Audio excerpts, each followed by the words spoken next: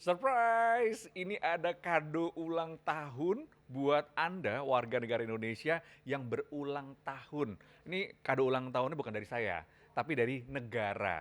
Apa kadonya? Ya ini pemeriksaan kesehatan secara gratis. Happy nggak? Happy nggak? Kalau saya sih happy. Cara periksa kesehatan tuh agak mahal loh ya. Nah ini kita mau nanya-nanya nih soal hal ini tuh menarik ya, menarik banget program yang baru aja dicetuskan oleh Kementerian Kesehatan di masa periode Presiden Prabowo Subianto kali ini. Nah, apa aja sih sebenarnya yang diperiksa dan gimana mekanismenya? Ini saya langsung mendatangkan Wakil Menteri Kesehatan Republik Indonesia. Surprise! Profesor Dr. Dante sudah ada di sini sama saya. Prof, ini saya agak excited banget nih soalnya. Dapat kado beneran nih.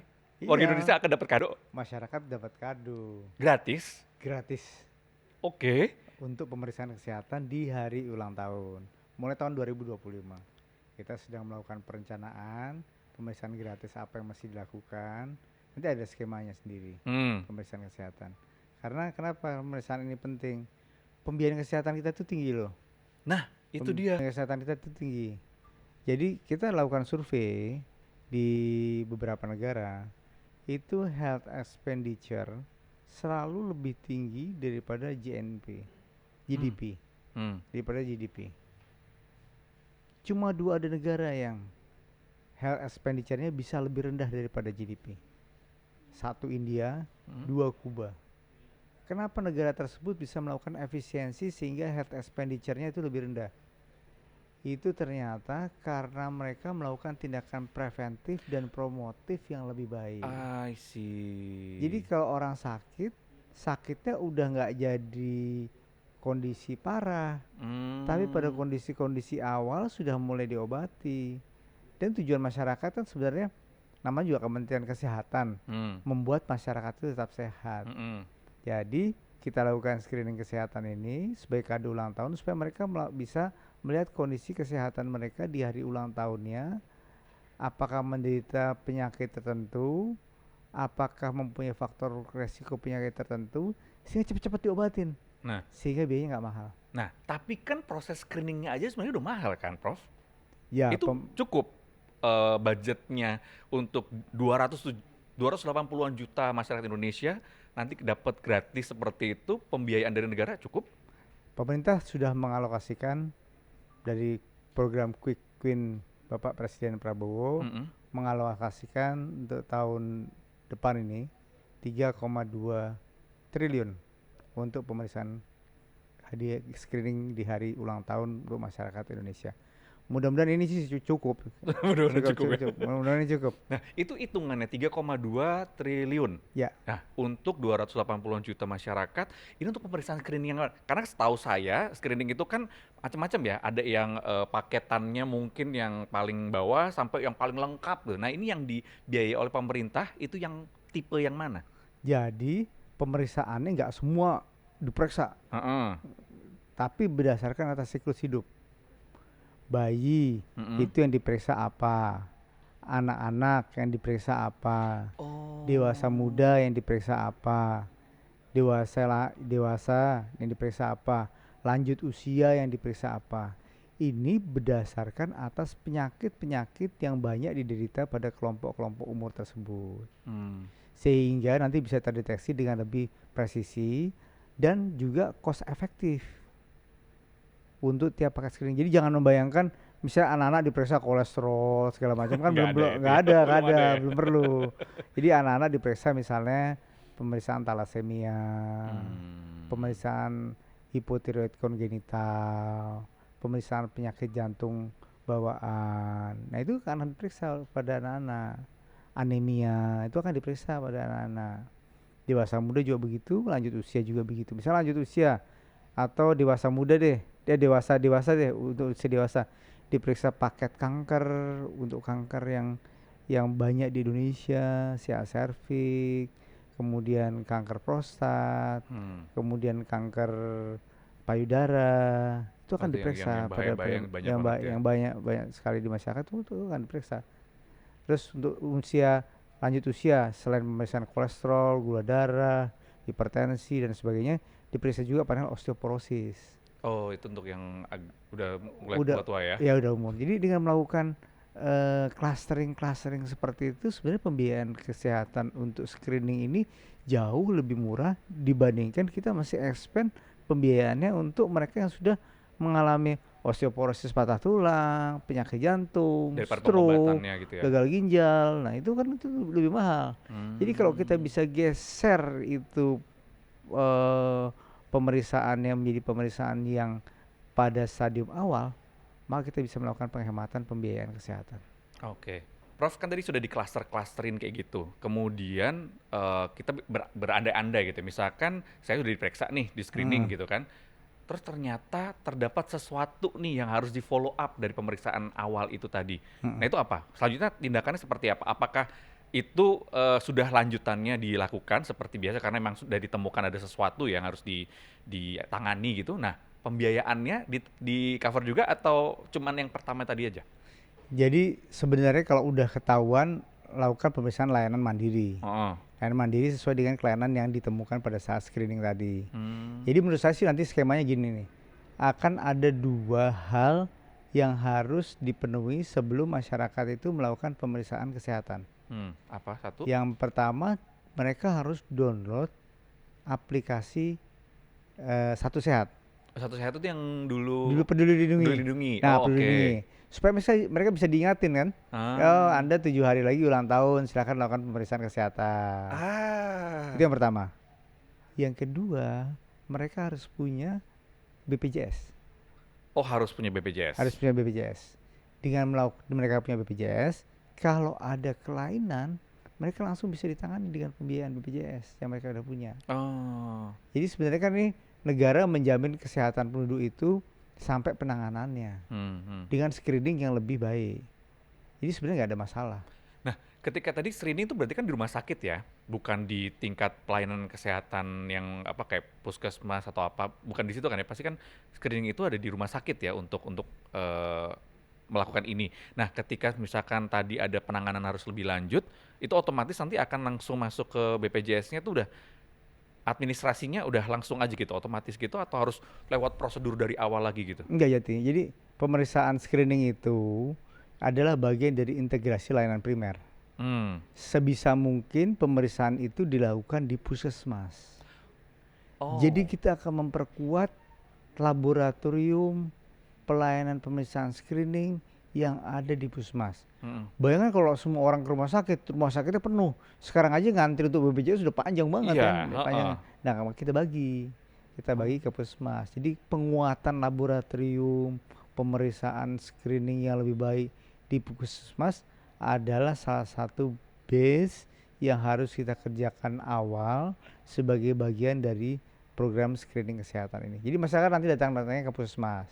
Nanti kalau ada yang nggak bisa di puskesmas, misalnya foto rongsen kan nggak ada di semua puskesmas ada foto rongsen. Nah baru ke rumah sakit. Jadi Hmm. memang ada yang bisa dikerjakan di puskesmas, ada yang harus dikerjakan di Rumah rumah sakit. sakit. Nah, Prof, ini kan Prof Dante kan hitungannya periode kedua ya. Karena Periode kan kedua. sebelumnya sudah kan sama Iya. Pak Budi juga kan, tapi beda presiden aja nih. Nah, tapi kenapa baru sekarang sih ngasih hadiah buat masyarakat secara gratis ini? Karena kalau dipikir-pikir kesadaran pemeriksaan kesehatan buat masyarakat Indonesia kan rendah ya. Iya. Harusnya tuh kayak kenapa nggak dari dulu gitu? Kenapa sekarang tujuannya kenapa apa ini? Saya itu pertama kali dilantik pada periode pertama itu tanggal 20 Desember 2020 ya kalau nggak salah. 2020 Ha-ha. pada masa pandemi COVID. 1 tahun 9 bulan pertama Heeh. saya lakukan untuk mengatasi pandemi COVID dulu Mm-mm. sebagai prioritas karena semua terdampak masyarakat Yes. baik secara ekonomi, secara kesehatan dan sebagainya, secara sosial dan sebagainya. Setelah itu 2 tahun kita melakukan pekerjaan transformasi kesehatan. Jadi kita buka transformasi kesehatan dari mulai layanan primer, layanan sekunder, SDM kesehatan, kemudian resiliensi kesehatan, pembiayaan kesehatan, dan kesehatan teknologi kesehatan. Kita lakukan dulu pembenahan dari transformasi kesehatan. Nah, baru sekarang kita akan melakukan lebih dalam lagi dari transformasi kesehatan tersebut untuk melakukan screening. Sebenarnya ini ada ide dari Bapak Presiden Prabowo yang kita implementasikan sebagai bentuk teknis di Kementerian Kesehatan untuk melakukan screening yang sudah merupakan bagian dari proses transformasi kesehatan secara keseluruhan. Hmm. Memang sudah terpikir dulu-dulu juga kita sudah menganjurkan beberapa pemeriksaan. Misalnya hipotiroid kongenital. Kita sudah lakukan pemeriksaan tuh.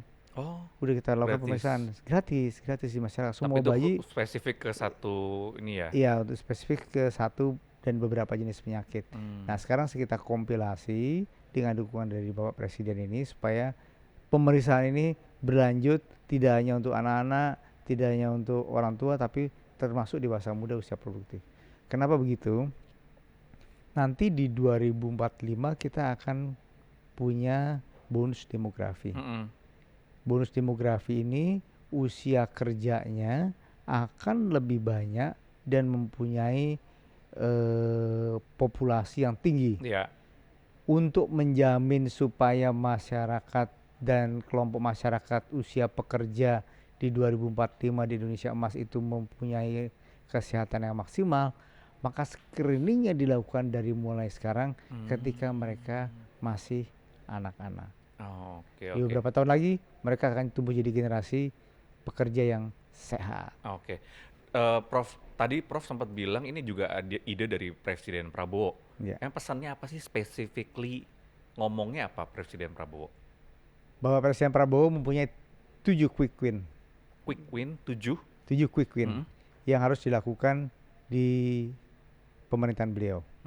Dan 3 diantaranya itu dimandatkan kepada Kementerian Kesehatan. Oke. 1 screening kesehatan, Heeh.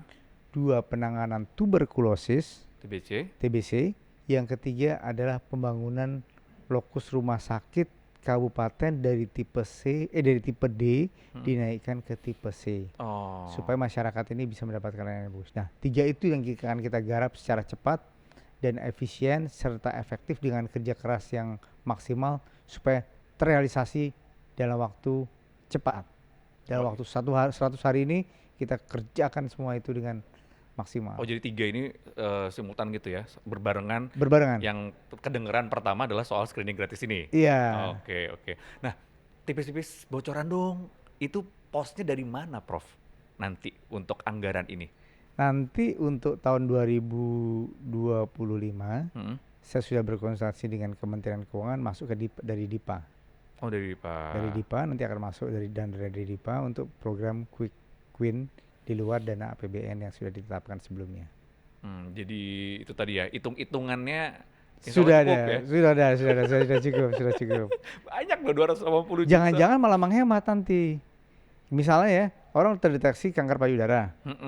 Kalau sebelumnya kan nggak datang karena keluhan, udah stadium lanjut, dia mesti di kemoterapi, mesti di radiasi, mesti dioperasi dan sebagainya, kan biaya mahal. Nah ini dideteksi dalam kondisi dini, dia cuma butuh dioperasi misalnya. Jadi akhirnya jatuh-jatuhnya itu biayanya lebih murah dengan melakukan screening ini dibandingkan dengan kalau kita mengobati udah sampai stadium lanjut. Diabetes misalnya, diabetes dia masuk pada kondisi prediabetes atau diabetes yang stadium awal, obatnya murah, ada di puskesmas. Dibandingkan dia nggak tahu dia udah diabetes, udah masuk komplikasi, udah jadi stroke, udah jadi gagal ginjal, udah jadi gagal jantung dan sebagainya, rame, biayanya jadi lebih mahal. Nah dengan screening ini kita harapkan penggunaan dana-dana kesehatan menjadi lebih murah. Jadi BPJS nanti mungkin udah nggak terlalu banyak yang pakai karena udah di screening, oh sehat semua gitu ya. Iya. Penggunaannya lebih kecil Lebih gitu efisien, ya. lebih kecil. Oke. Nah targetnya Prof untuk apa ini di 100 hari ke depan lah misalkan gitu, mau berapa orang dulu tuh? Misalkan di 1 bulan atau 1 quarter di 2025 ini ada target nggak? Ini harus sekian orang yang harus mengikuti screening gratis gitu. Ini kita masih punya waktu sekitar 2 bulan untuk melakukan persiapan. 2 bulan kan, nanti begitu tahun baru 2025, semua orang yang ulang tahun di hari itu boleh melakukan pemeriksaan, datang ke puskesmas untuk melakukan pemeriksaan gratis. Ya tergantung jumlahnya, tergantung nggak ada target. Tergantung siapa yang ulang tahun dia boleh lakukan pemeriksaan. Start tanggal 1 Januari berarti? 1 Januari. 1 Januari, ya yang ulang tahun 1 Januari, ayo dicek, itu download dulu ya. Download dulu, Satu Sehat, sambil biar diingetin gitu ya. Iya, Oh, biar harus diingetin. sekarang nih, boleh sekarang langsung di-download. Nanti saya cek ini udah download. Itu kan automatically yang waktu itu kan ya, Iya, cuma berubah automatically. aja kan ya. Iya, iya. Oke, oke. Ini sebenarnya udah di-download 100 juta orang lebih Iya di kan? penduduk Indonesia. Makanya sayang kalau di nggak aplikasi yang udah di-download 100 juta itu yang paling banyak di-download oleh masyarakat Indonesia sebagai aplikasi unggulan Hmm. itu nggak dimanfaatkan. Salah satunya ada satu sehat. Itu nanti juga bisa jadi kayak semacam medical record-nya orang Indonesia kan ya, Prof? Betul, kita kembangkan ini sebagai e-medical record. Misalnya nanti Jati berobat ke dokter tertentu, Mm-mm. di-scan di dokter itu. Terus datanya akan masuk ke handphonenya dia, Mm. ke handphonenya kita. Terus berobat ke dokter lain, tinggal di-scan dokter lain nanti langsung bisa lihat tuh Kalau data. dulu kan harus bawa buku ya, Harus bawa buku. pindah rumah sakit tuh beda lagi tuh. Beda lagi Karena medical record-nya beda kan. catatannya. Nah, sekarang Heeh. itu dengan e-medical record itu satu sehat Hmm. itu bisa jadi salah satu bagiannya. Pergi ke laboratorium, cek laboratorium, di-scan, datanya masuk di satu sehat. Nanti waktu pergi ke dokter udah nggak usah bawa kertas-kertas laboratorium lagi, Nah, udah ada di tinggal handphonenya. bawa barcode tadi itu ya. Barcode. Pergi ke apotek, terus beli obat di apotek, di-scan. Nanti dokternya udah direkam di situ, dokternya tinggal lihat, oh kamu habis beli obat ini ya, pemeriksaan laboratorium ini ya, jadi tinggal dilanjutin. Ah. Ini ada satu kompilasi yang efektif dan efisien untuk menjamin keberlangsungan pengobatan itu berjalan secara dinamis dan terkontrol di semua fasilitas kesehatan berdasarkan dengan teknologi digital. Oke, itulah digitalisasinya juga ya. Ya, Nah, Prof, ini kan kalau kita bicara soal kesehatan, Indonesia tuh termasuk pembiayaan kesehatannya tinggi ya.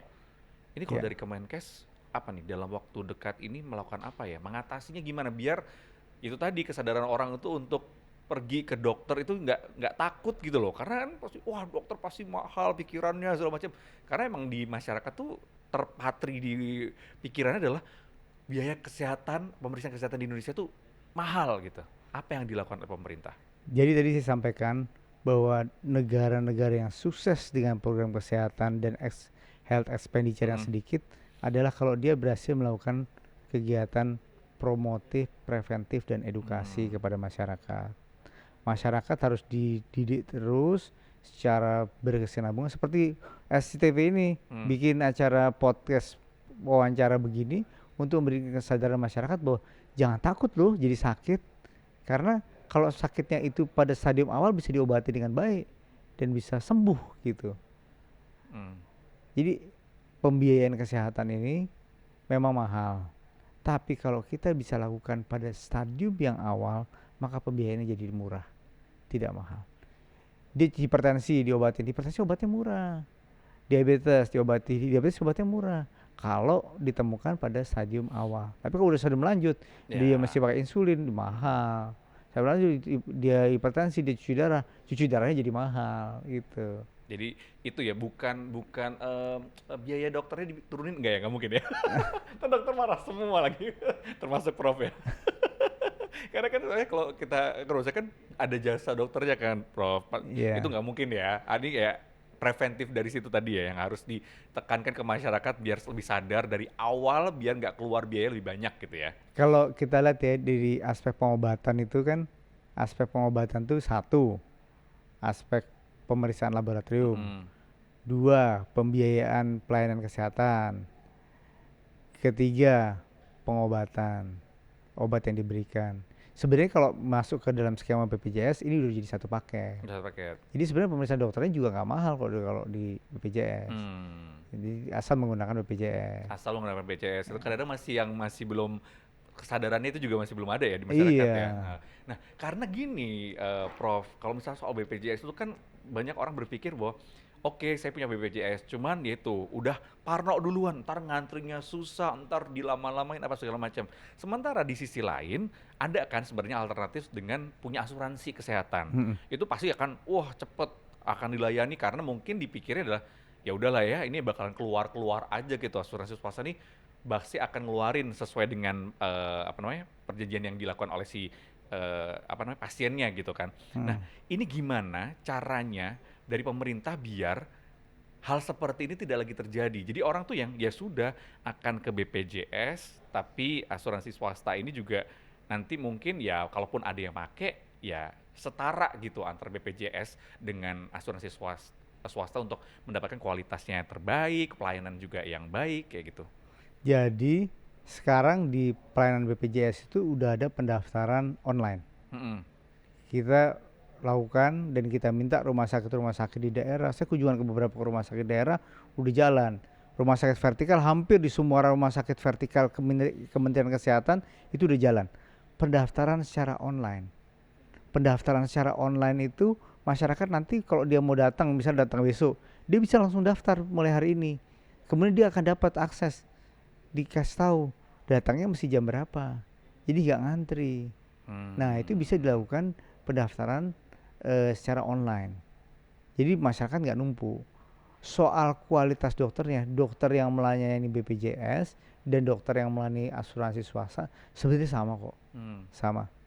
Mungkin mereka pagi melayani di BPJS, sorenya mereka praktek pribadi. Dan di praktek pribadi ini nanti juga kita link dengan apa yang ada di Satu Sehat tadi, e-medical record, karena kita mewajibkan praktek pribadi itu juga punya e-medical record yang bisa nanti terekam di Satu Sehat. Itu nyambung dengan apa yang dilakukan di BPJS. Jadi apa yang dilakukan di BPJS dan di Satu Sehat ini bisa jadi konsolidasi. Dan kalau misalnya cover biaya BPJS itu tidak bisa memberikan akses yang cukup, misalnya butuh obat tambahan yang tidak ada di BPJS, baru dia melakukan top up dengan menggunakan asuransi swasta. Oke. Kalau dipikir-pikir sebenarnya udah mulai gampang ya, mudah, Gampang. udah pelayanannya juga udah oke gitu ya. Tapi kenapa ya Prof, kok masih banyak gitu masyarakat Indonesia yang akhirnya memilih untuk berobat ke luar negeri, misalkan ke Penang, Malaysia, ke Singapura, itu masih banyak ya, Prof. Kenapa sih itu terjadi? Jadi apa yang salah menurut Prof? Jadi memang harus kita akui salah satu yang harus kita perbaiki adalah hospitality.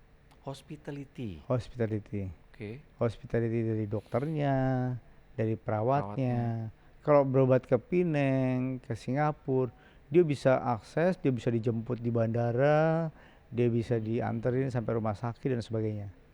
Di rumah sakit dia layani dengan ramah dan sebagainya. Nah kita ini mendidik tenaga-tenaga kesehatan yang melayani di rumah sakit ini punya hospitality model, ya nggak usah sampai jemput ke bandara atau ke stasiun sih. Jemput ke rumah. Iya, jemput ke rumah sih. Yang penting pada saat mereka melakukan pelayanan di fasilitas kesehatan, dia bisa melakukan pelayanan dengan smile, dengan Matters deh itu. matters banget. Masyarakat jadi lebih nyaman. Hmm. Nggak kayak zaman dulu susternya galak-galak. Susternya galak ya. Iya. Bukannya sembuh malah stres tadi. Malah stres. Nah sekarang kita minta untuk itu. Dokternya juga Oke. lebih ramah, lebih banyak menjelaskan kepada pasien, sehingga dokternya ini bisa memberikan edukasi yang lebih dengan waktu yang lebih cukup kepada pasien dan sebagainya.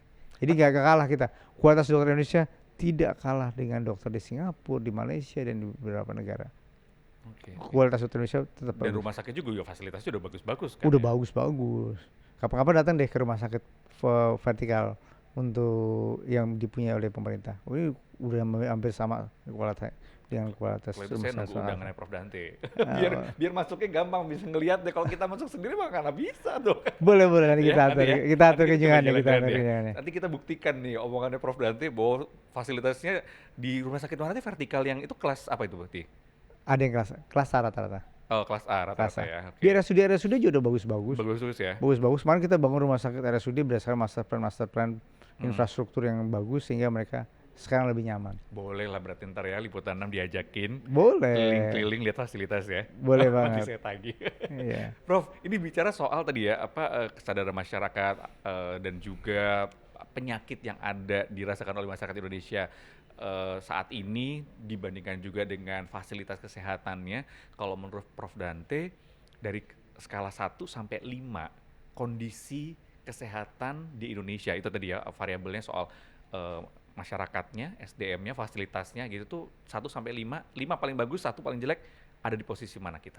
Jadi kita tetap harus mengakui bahwa beberapa masalah kesehatan masih ada.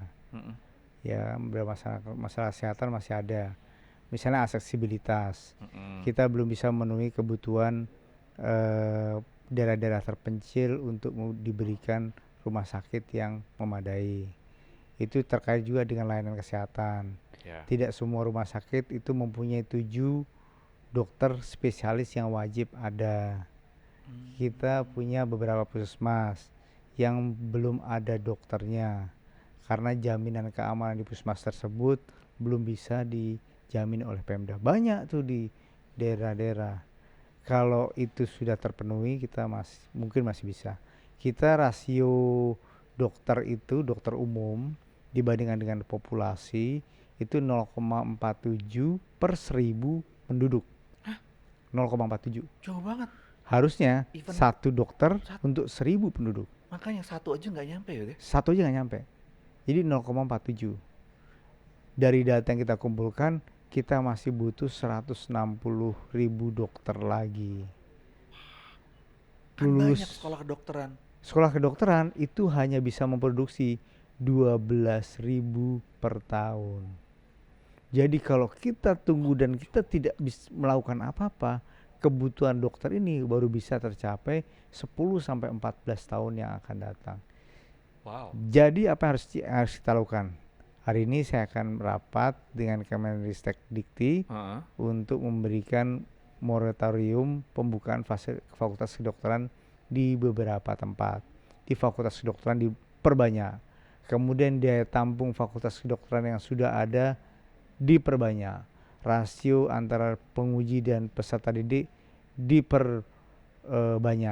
Sehingga nanti akan banyak dokter-dokter yang lulus.